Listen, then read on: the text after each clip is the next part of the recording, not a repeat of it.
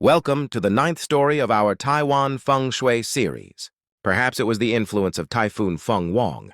On the day we set out to explore the northeastern mountains of Taiwan, the wind was fierce, and the rain was relentless. We were heading to Jiufen, the city of gold, and Shifen, the village of sky lanterns. To most tourists, these are just beautiful spots for photos. But looking through the lens of Feng Shui, the ancient study of energy flow, these places tell a completely different story. Today, we walk through the mist to uncover the hidden balance between the living and the dead, and the secret methods used to heal the land.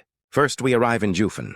Back in the 1920s and 30s, this was the El Dorado of Asia, a city of desire where miners flocked to dig for gold. After the mines closed, nature reclaimed the land, and it was reborn as a stunning tourist destination. The name Jiufen, meaning 9 portions, has a charming origin. Long ago, this area was so isolated, deep in the mountains, that only 9 families lived here.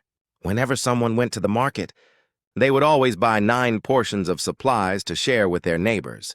Look at the architecture. Houses are stacked tightly along the steep cliffside. It resembles the cliffside villages of the Mediterranean, or the dense housing found in South American favelas. It is a city that clings desperately yet beautifully to the mountain.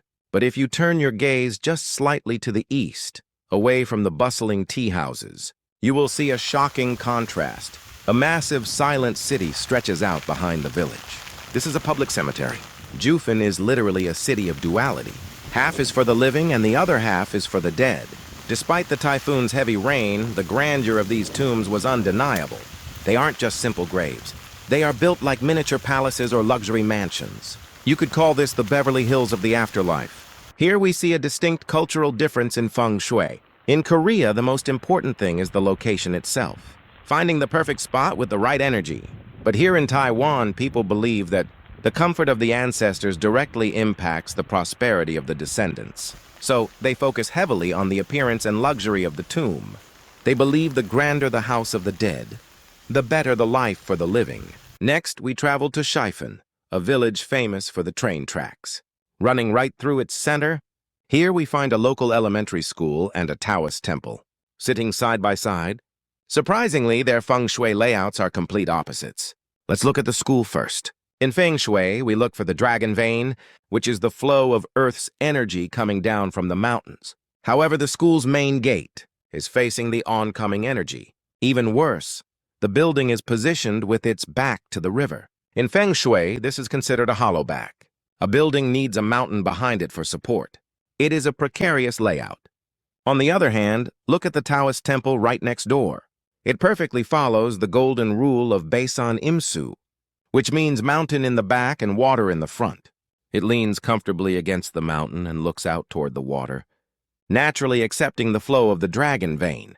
2 buildings side by side, yet one fights the land while the other embraces it. At the edge of Shifen village, 2 roads meet to form a sharp Y shape. In Feng Shui, this creates a triangular piece of land. We call this a sharp angle strike, or more dramatically, a poison arrow. Imagine a knife or an awl pointing directly at you. That is the energy of this land. This sharp angle creates aggressive cutting energy, known as shachi or killing energy. Living on such land can lead to anxiety, accidents, or financial loss. If you look closely, the buildings under the overpass here are built crookedly, not aligning with the road.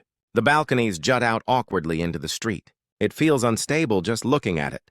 So how do you fix this? Ancient Feng Shui masters used a method called Bibo. It means to remedy or to supplement. It is a way to suppress the strong bad energy and boost the weak good energy. Just as gargoyles in Western architecture were used to ward off evil, the locals here found a solution. Right at the sharpest tip of this triangle, they erected a stone tower and a large road sign.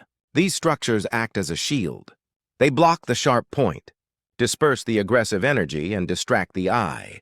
Even on dangerous land, humans find a way to heal the earth and protect themselves. This is the wisdom of Bibo. Shifen is globally famous thanks to various international travel documentaries. It is the home of the sky lanterns, originally used by indigenous tribes as a communication signal in the mountains. These lanterns now carry the wishes of people from all over the world. This land may have sharp angles and aggressive energy, But perhaps the act of releasing these lights is another form of remedy, balancing the harsh earth with the hopes of the sky. Walking through the wind and rain of Taiwan, we learned that feng shui isn't just about superstition. It is about the eternal struggle and harmony between nature and humanity. Thank you for watching this video, and I will see you in the next one, the 10th and final episode of our Taiwan Feng Shui journey.